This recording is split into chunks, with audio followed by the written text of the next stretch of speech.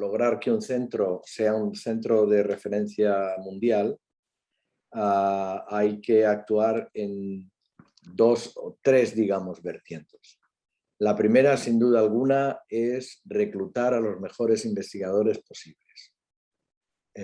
Y en ese sentido hemos hecho una llamada para expresiones de interés de investigadores de grupos, ¿no?, que están trabajando, o sea, que más o menos están establecidos, de investigadores que pertenecen al CSIC o que no pertenecen al CSIC, que están en centros españoles o que están en centros extranjeros, para que expresen su interés de incorporarse a este proyecto.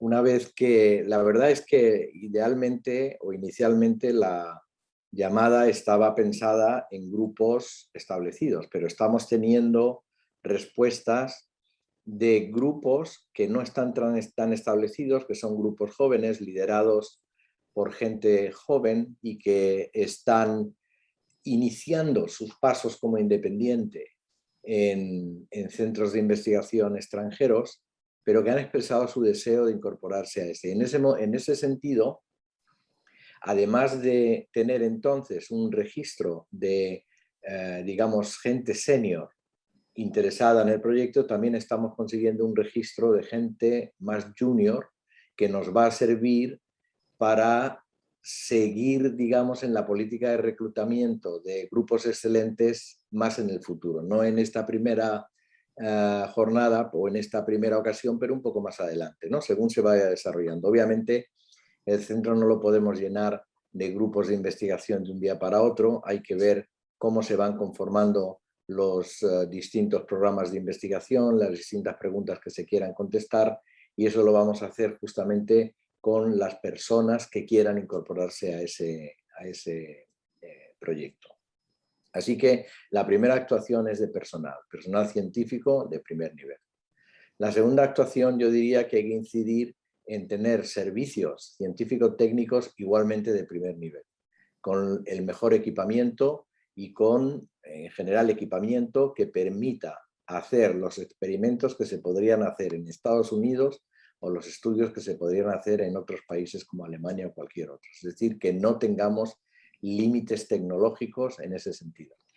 Y el tercer eje de actuación es que tenemos que tener unas estructuras administrativas que faciliten el trabajo. No solamente que faciliten el trabajo, por ejemplo, a la hora de contratar estudiantes o contratar postdoctorales, sino también a la hora de reclutar o de recabar fondos en instituciones públicas y privadas, a la hora de facilitar la transferencia o la transferencia de lo que estamos, de proteger el conocimiento y de facilitar la transferencia de equipos que nos permitan de alguna manera también favorecer la comunicación con el público, la comunicación con los estudiantes, la formación, etc. Todo este tipo de engranaje que es, digamos, una parte accesoria en los centros de investigación y que en este país yo creo que no se les está dando suficiente importancia, son absolutamente necesarios para, primero, lograr que la investigación que se hace sea de calidad, sea relevante, y tercero, que llegue a donde tiene que llegar, al público, a la sociedad y idealmente a las empresas. Así que todas esas actuaciones son las que queremos emprender y creemos que tenemos las herramientas para poder llevarlas a cabo. Eso confeccionará un centro de primer nivel con grupos nacionales e internacionales que deben crear un clima totalmente propicio para generar investigación de calidad, ¿no?, de primera calidad. La otra idea que tenemos es que el centro no se puede o tiene vocación de ser un centro abierto. Es decir, queremos que investigadores, aun cuando no pertenezcan al CINC, a la plantilla del CINC, puedan venir a desarrollar su trabajo temporalmente durante unos años, a desarrollar un proyecto al centro este, donde van a tener probablemente las mejores condiciones para desarrollar. Pero que una vez que han acabado ese proyecto, pues pueden volver a sus instituciones, ¿no? Y esto yo creo que es particularmente relevante en los casos de médicos, clínicos que puedan estar en un hospital, que tengan, digamos, ganas de investigar, que estén desarrollando incluso investigación clínica, pero que tengan preguntas que haya que desarrollarlas en un ambiente más básico. Por ejemplo, utilizando modelos animales o utilizando tecnología que probablemente en un hospital no tienen disponible. También estamos dispuestos a, de alguna manera, a aceptar este tipo de proyectos que se puedan desarrollar, como digo, temporalmente en las instalaciones del CINC. Y eso yo creo que, bueno, puede cambiar un poco el paradigma de relación entre la investigación clínica y la investigación más fundamental en el sentido de hacerle a los investigadores clínicos fácil la investigación básica o el acceso a mecanismos, a formas de pensar, a concepciones de investigación básica y en la otra vía. Porque si en el centro tenemos investigadores clínicos en un entorno básico, igual eso nos contamina de un poco la realidad del día a día de la clínica, ¿no? Del día a día del hospital. La falta de financiación, vamos a ver, el proyecto está apoyado por el CSIC ahora mismo y el CSIC está haciendo un gran esfuerzo para poner esto en marcha y está poniendo dinero de 3 fuentes principales. Una son una fuente de dinero propio, es decir, una fuente, vamos, un presupuesto de su propio presupuesto, un dinero de su propio presupuesto, fondos propios. Lo otro es fondos FEDER, que ya ha conseguido a la luz de este proyecto. Se ha presentado y eso ha tenido el apoyo del Ministerio de Ciencia e Innovación, eso no cabe duda.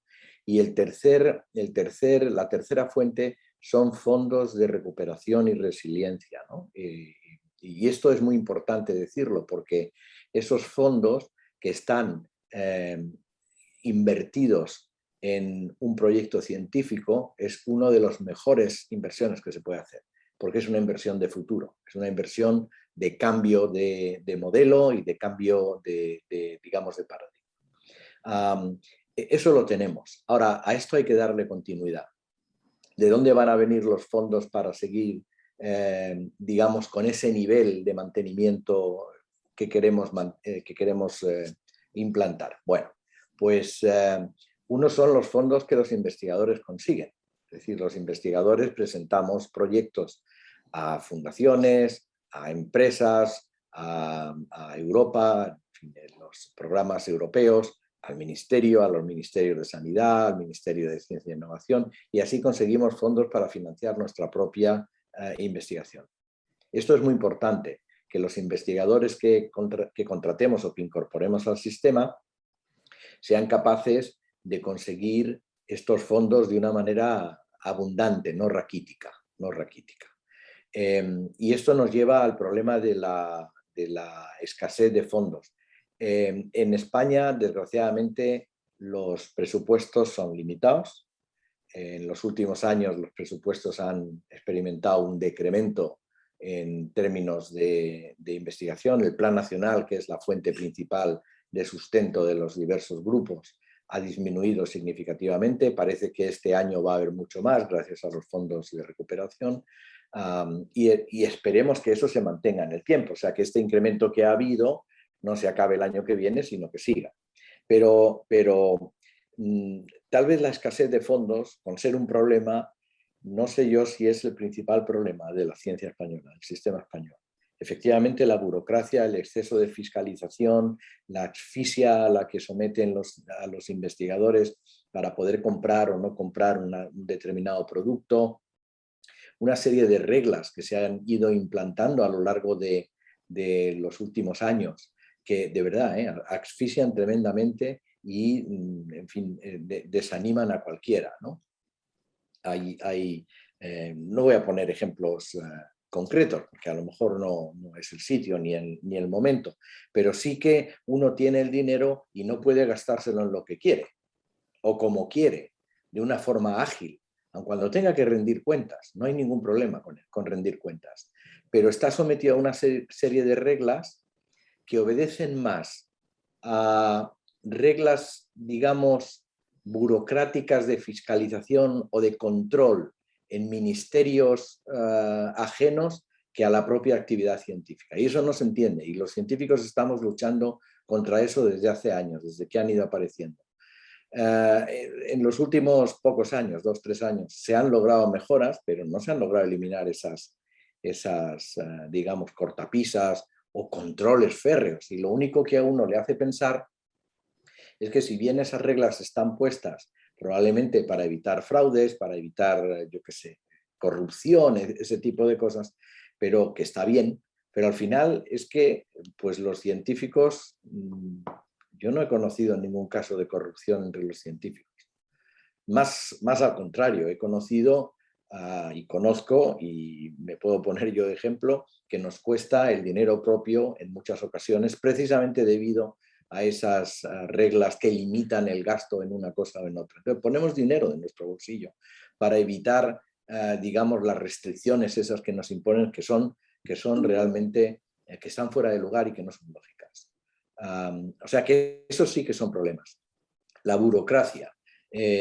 Bueno, pues hay sistemas, los sistemas españoles son muy burocráticos, pero el problema de los sistemas españoles que son burocráticos es que no funcionan bien, porque incluso la propia burocracia no se entiende bien. Las reglas burocráticas se cambian un año con otro, entonces uno no las conoce.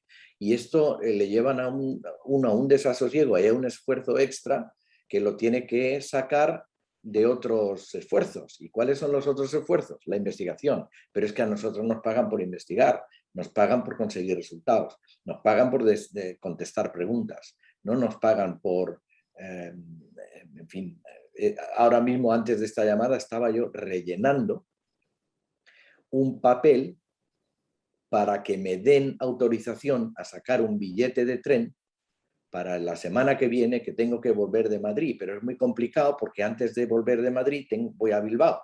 Entonces, y en vez de volver desde Bilbao a Alicante, vuelvo a Madrid y luego desde Madrid, que tengo un congresito allí, me vuelvo. Entonces hay que hacer papeles, hay que explicarlo todo. Entonces, mi asistente los ha estado rellenando, yo los he revisado y creo que se ha equivocado en algunas cosas, que hay que contestar más cosas. Entonces estoy yo editando esos papeles a ver si podemos contestar bien para que se firmen, se aprueben y no me los devuelvan de nuevo. En fin, eso lleva mucho tiempo y yo siempre pongo el mismo ejemplo. Uno de los países, por lo menos que yo conozco, con mayores reglas burocráticas es Estados Unidos. Pero es que las reglas están tan establecidas y desde hace tanto tiempo que todo el mundo se las conoce y no generan ningún problema. Además, porque hay siempre alguien que te ayuda a solventar eso. Siempre. Vamos, el I-94, una forma que hay que rellenar cuando llegas a Estados Unidos, coño, yo estoy seguro que la misma forma que yo rellené cuando fui a Estados Unidos, la rellenó Lincoln. Yo qué sé, o sea, es que es la misma, no ha cambiado. Y entonces, pues es una cosa que se tiene asumida y la burocracia no estorba. Pero es que aquí cambiamos todos los años y cada X, cuando llega alguien al ministerio, cambia todo, cambia la forma del currículum, cambia esto, cambia lo otro. Y es un sinvivir, ¿eh? O sea que esos son problemas que pueden parecer nimios, pero que sin una asistencia que se lo conozca y que te ayude y que te lo haga, pues te consumen el tiempo que tienes que emplear en otras cosas. Y esos son problemas serios. Esperamos poder solventarlos. Queremos tener una gobernanza un tanto particular, ¿no? Aquí hay centros en España que tienen gobernanza que no se libran de la burocracia y de los trámites estos y de algunos de los problemas que tienen que ver con el dinero público y con la administración central, pero que tienen gobernanzas que son un poco más liberales de las que pueda tener, por ejemplo, la universidad o el Consejo Superior de Investigaciones Científicas. Y nosotros queremos, digamos, pertenecer a ese grupo, donde seamos un poco dueños del presupuesto y podamos con mayor libertad decidir si hacemos una cosa o hacemos otra sin necesidad.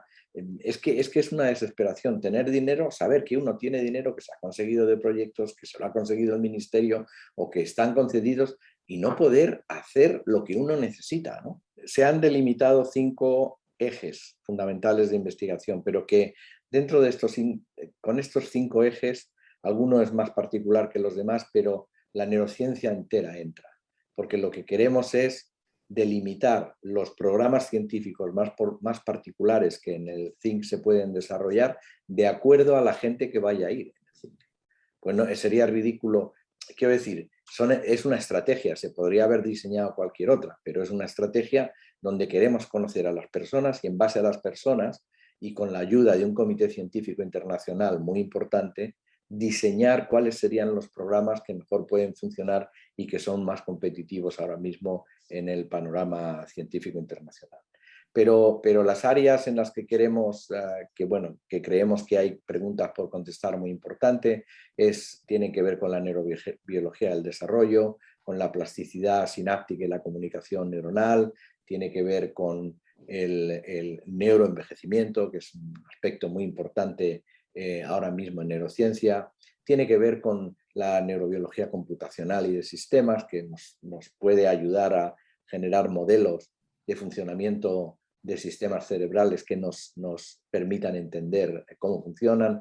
Luego, finalmente, hay un eje que se llama neurociencia translacional, en la que queremos, digamos, sacar partido del entorno en que vamos a estar, que es la Universidad de Alcalá de Henares, donde hay grupos muy potentes de química orgánica, e igualmente el CSIC piensa instalar en ese entorno un centro de química orgánica y un centro de química médica, y pensamos que colaborando con estos centros podemos llegar incluso a diseñar fármacos que puedan ser de utilidad pública, ¿no? O herramientas que puedan desarrollarse para hacer la investigación más competitiva, etcétera, incluso prototipos de aparatos, prototipos en fin, de una serie de elementos que puedan ser utilizados en la investigación por otros investigadores.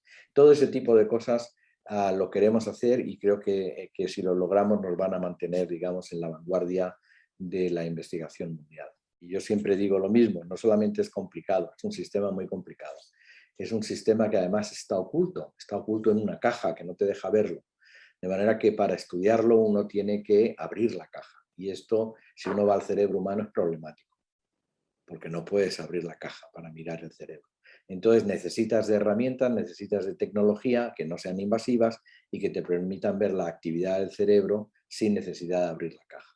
Afortunadamente están disponibles ahora mismo, cuando todavía son, a mi modo de ver, poco resolutivas en tiempo o en espacio, pero la resonancia magnética cerebral o la resonancia magnética funcional es una de ellas, el PET, en fin, todas estas técnicas de imagen no invasivas, o más o menos no invasivas, poco invasivas, que permiten ver la actividad cerebral humana o de animales, digamos, primates, sean humanos o no, de manera no cruenta. Así que esto es una buena noticia, pero de todas maneras necesitamos de la investigación animal para poder desarrollar modelos animales donde estudiar terapias, donde estudiar principios fundamentales, donde realmente determinar cuáles son las causas de las enfermedades o las causas de los cambios en comportamiento, etc. En ese sentido, uno sería muy iluso de poder entender, por ejemplo, cómo es el pensamiento o cómo es la conciencia estudiando líneas celulares cultivadas en una placa Petri. Esto es imposible. Que por otra parte, en otras áreas sí que son muy útiles, ¿no? Pero en el sistema nervioso, en el estudio del cerebro, esto tiene una utilidad limitada. Son útiles, y se están haciendo y se están estudiando cosas muy importantes, pero el problema del cerebro es que hay que estudiarlo como un todo. Hay que estudiarlo no solamente como un todo, sino metido en un cuerpo, porque el cerebro digamos, modifica el cuerpo y lo hace moverse, ¿no? Y hay investigadores que piensan que el cuerpo es simplemente un artilugio con el que el cerebro se mueve. Y si lo piensas, puedes llegar a entenderlo un poco, ¿no? Pero también es verdad que el cerebro se influencia del propio cuerpo, ¿no? De las propias sensaciones o la propiocepción, donde está el entorno, no solamente el entorno, también ahora se está poniendo de manifiesto que la microbiota o la macrobiota que uno tiene en el intestino también afecta de alguna manera, de forma enigmática, al funcionamiento cerebral, y esto abre puertas a líneas de investigación enormemente importantes. El think surge del convencimiento que tenemos que entender el sistema, que tenemos que entender el cerebro, principios fundamentales que todavía no son ajenos, para poder llegar a entender enfermedades y poder curarlas. Y en este sentido, el conocimiento del cerebro todavía está muy por detrás del conocimiento de otros órganos. En los últimos 20, 30 años se ha avanzado muchísimo en el conocimiento y en cómo funciona, yo qué sé, el sistema cardiovascular o el hígado o, en fin, el sistema respiratorio, etcétera, pero no tanto en lo que se refiere al cerebro, precisamente por su gran complejidad, porque tiene una diversidad de neuronas muy amplia y que además al interactuar entre ellas generan principios que no son predecibles, generan algo que se llaman propiedades emergentes que no se pueden predecir. En fin, tú no, si por ejemplo, te voy a poner, o sea, en un equipo de fútbol el hecho de que jueguen 11 y que haya un portero y haya un delantero y haya un mediocampista genera propiedades en ese equipo que no son predecibles de si estudias al portero solo. O sea, el portero no sabe meter goles, sabe parar goles. Pero es de la asociación con otros elementos que surge esa cosa que se llama equipo, que finalmente paran goles, meten goles, juegan, suben, bajan, etc. Pero eso tú no lo podrías predecir de estudiar a lo mejor un solo futbolista. Tienes que verlos a todos funcionar. Entonces esos principios que se llaman propiedades emergentes están elevadas a la enésima potencia, ¿no? en el cerebro. Y es difícil entenderlo por eso, porque hay que estudiarlo en su conjunto. Y estudiarlo en su conjunto significa tener herramientas. Y las herramientas para estudiar el cerebro son limitadas todavía. Pero hay muchas que se están desarrollando y algunas que se desarrollarán en las que queremos ser, de hecho, activos, ¿no? Queremos ser protagonistas. La comprensión del cerebro en su conjunto es uno de los retos. O sea, si tomamos las neuronas separadamente, pues sabemos cómo funcionan. Sabemos que se comunican con neurotransmisores, que utilizan receptores, incluso sabemos la estructura atómica de los receptores, de esas proteínas. Conocemos infinidad de vías de señalización, cómo influencian unas a otras, aun cuando todavía falta por conocer mucho en este sentido. Pero como digo, cuando pones todo el sistema juntos, y cuando pones el sistema juntos significa 800.000 millones de neuronas juntas, que es aproximadamente lo que tiene un cerebro humano, más otro tanto o más de células gliales, que ahora se están viendo que son también fundamentales en la fisiología del sistema nervioso, pues te das cuenta que la cosa no es sencilla, ¿no?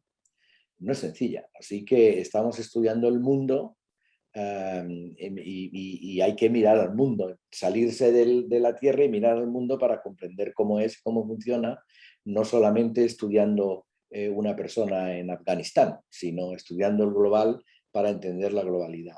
Y esa es una de las dificultades que tiene el estudio y ese es el reto principal.